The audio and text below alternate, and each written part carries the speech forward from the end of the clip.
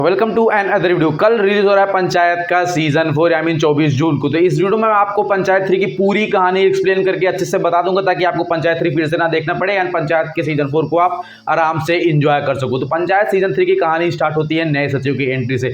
नया सचिव आता है, वो ऑफिस में एंट्री लेना चाहता है, लेकिन हमारे प्रधान जी और प्रहलाद चा उनको जुगाड़ लगा करके ऑफिस में घुसने नहीं देते हैं। काफी बवाल झगड़ा वगैरह हो जाता है, लेकिन मंजू देवी कहती है कि भाई अब आए हैं तो इनको रहने ही दो। लेकिन भाई डीएम मैडम का फोन आता है और ये सारा बवाल उनको सुनाया जाता है एंड डीएम मैडम कहते हैं कि भाई एक्चुअली पुराने सचिव का ट्रांसफर रुक गया है, वो वापस आ जाएंगे, नए सचिव को आप जाने दीजिए, जो कि विधायक जी जो है वो किसी केस में फंस गए हैं, इसलिए उनकी बात अब मानी नहीं जाएगी। पुराने सचिव की एंट्री हो जाती है, वो इस बार निर्णय लेते हैं कि गांव के किसी भी पॉलिटिक्स में वो हाथ नहीं डालेंगे, सिर्फ अपनी तैयारी करेंगे, अपना एग्जाम देंगे और अपना ऑफिस के अंदर ही काम करेंगे।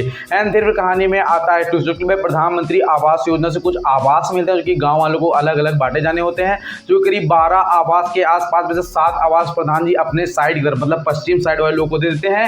एंड पंद्राकस इस बात से काफी चिढ़ता है, बखेड़ा खड़ा करता है एंड काफी बवाल होता है इस चीज को लेकर के। लेकिन भाई मंजू देवी प्रधान जी कहीं जा रहे होते हैं, बाइक से गिर जाते हैं और ये बात वहां पे गांववासी गोकुल वगैरह कुछ देख लेते हैं, वो कहते हैं कि मैं सबको बता दूंगा।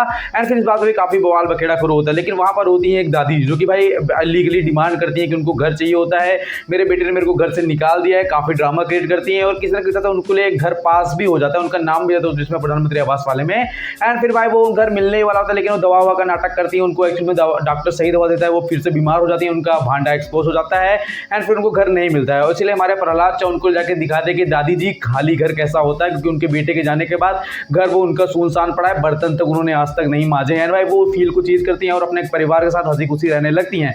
लेकिन फिर मैटर फंस जाता है कि गांव की सड़क इतनी खराब है, तो भाई एक्चुअली अब गांव की सड़क को बनाना है। लेकिन प्रहलाद चा हमारे निर्णय लेते हैं कि ठीक है यार कोई बात नहीं, जो 50 लाख रुपए मुझे मुआवजे के तौर पर मिले, मेरे बेटा जो शहीद हो गया है उसके बदले, तो मैं सारे पैसे लगा करके सड़क बनवा दूंगा ताकि प्रधान जी चुनाव जीत जाए और गांव का भला हो जाए। और ये बात बनराकोस को पता चलती है, हमारे भूषण चचा भाई जो भी है, तो ओवरऑल वो बवाल खड़ा करते हैं। वो कहते हैं कि भाई ये सब तो अलग ही ड्रामेबाजी चल रही है, अगर ऐसा चलेगा तो इलेक्शन जीत जाएंगे। भूषण जी कहते हैं हमको एक दूरदर्शी नेता चाहिए, आई मीन वो भी चुनाव में इलेक्शन लड़ना चाहते हैं।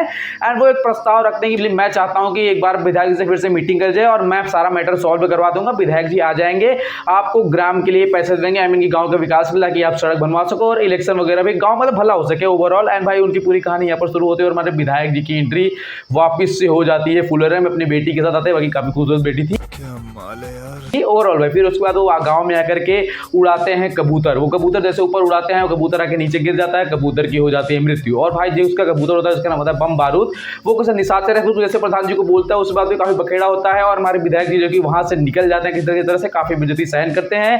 एंड फिर उसके बाद भाई कुछ इंटरव्यूअर आते हैं और बम भूषण का इंटरव्यू लेते हैं, कहते हैं भाई कबूतर तो विधायक जी बहुत बड़े निशाचर हैं, उनकी वजह से कबूतर मर गया, उनके विधायक जी की इमेज वहां से खराब होती है। विधायक जी बात से आग बबूला हो जाता है और कहते हैं मैं पूरे के पूरे फुलेरा गांव को ही एक साथ फूंक दूंगा।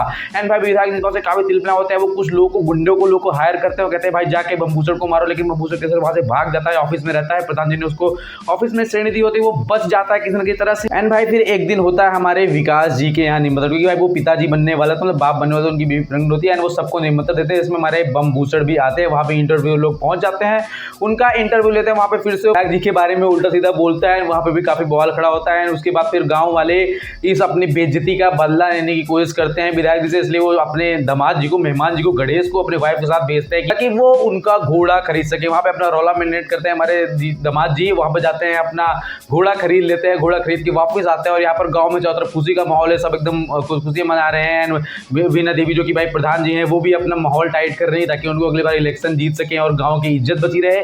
लेकिन जब ये सारी की सारी बात पता चलती है हमारे विधायक जी जो कि बनराकस वो बताता है विधायक जी को, विधायक जी तिल बिलाए होते हैं, गन कट्टा बारूद असला जो मिलता है सबके साथ अपने 4-5 गाड़ी लेकर आते हो। विधायक जी का रौला तो होता ही अपने आप में, वो अपना लेकर पहुंचते हैं फुलेरा पर हमला करने के लिए। यहाँ पर फुलेरा में पूरी तैयारी चल रही है, कोई भी टंकी में चढ़ा हुआ है प्रहलाद जी, कोई गन लेके सामने खड़ा हुआ है कि भाई तुम भी मारो तो हम भी मारते हैं, यहाँ पे काफी झगड़ा बवाल कियोस्क मचा होता है। उसके बाद फिर भाई फोन आता है डीएम मैडम का, फिर भी विधायक जी नहीं रुकते हैं। उसके बाद फिर फोन आता है सांसद जी का जो कि विधायक जी को समझाते हैं कि बेटा ये तुम विधायक हो, अगर तुमको राजनीति करनी है तो फिर तुम पहलवानी जैसा दिमाग मत लगाओ, आई मीन कि भाई कुश्ती से राजनीति नहीं की जाती, राजनीति करने के लिए आपको चेस आना चाहिए। तो भाई वो चेस की तरीके से उस राजनीति को लेते हैं, वहां पर झगड़ा शांत हो जाता है, हवा में फायर करते हैं, विधायक जी अपने घर चले जाते हैं। उसके बाद फिर भाई 14 दिन बीत जाते हैं और हमारे अभिषेक जी जो कि कैट का एग्जाम देना चाहते हैं, वो बस पकड़ाने के लिए आते हैं। हमारे प्रहलाद चा, विकास भाई और हमारे प्रधान जी और भाई अभिषेक जी को बस में चढ़ा देते हैं। अभिषेक भाई बस से जा ही रहे होते हैं कि यहाँ पर इनके ऊपर 3 अननोन शूटर्स गन लेकर आते हैं, इनको ऊपर अटैक कर देते हैं और गोली लग जाती है हमारे प्रधान जी को।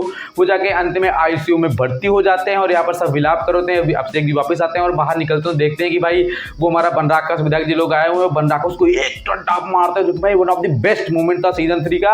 एंड फिर वहां पे एक घमासान युद्ध शुरू हो जाता है, कोई किसी को मार रहा है, कोई किसी को मार रहा है, कोई केला छिलका जो भी चीज मिल रहा है एक दूसरे को ठेला उठा करके फेंक दे रहे हैं। मतलब बवाल पूरी तरह से, जैसे गांव में लड़ाई होती है वैसे मतलब क्योस बचा हुआ है, वहां पे आपस में फाइटिंग उनकी चल रही है।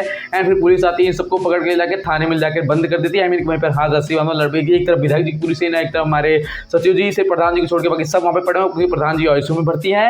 एंड फिर वहीं पर सीजन 3 की एंडिंग हो जाती है। अब जो भी स्टोरी देखने को मिलेगी इसके आगे कंटिन्यूएशन होगा सीजन 4 में, जो कि भाई इलेक्शन पे ज्यादा फोकस किया जा रहा है। और एक साल पहले ये आया हुआ था सीजन 3, और सीजन 4 से थोड़ा सा मेरे को डर लग रहा है कि भाई इसकी स्टोरी से कंप्रोमाइज ना करें, कि भाई इतनी जल्दी लेकर आ रहे हैं। तो अब जो भी है वो कल हमें देखने को मिल जाएगा। बाकी आपको सीजन 3 की कहानी मैंने अच्छे से एक्सप्लेन कर दी। आप चैनल सब्सक्राइब, वीडियो को शेयर रखना, और अगर आपने सीजन 1 और 2 भी नहीं देखा है तो क्या कर रहे हो भाई, क्या कर रहे हो, जाके देखो ताकि सीजन 3 भी आपको समझ में आ जाए। थैंक्स।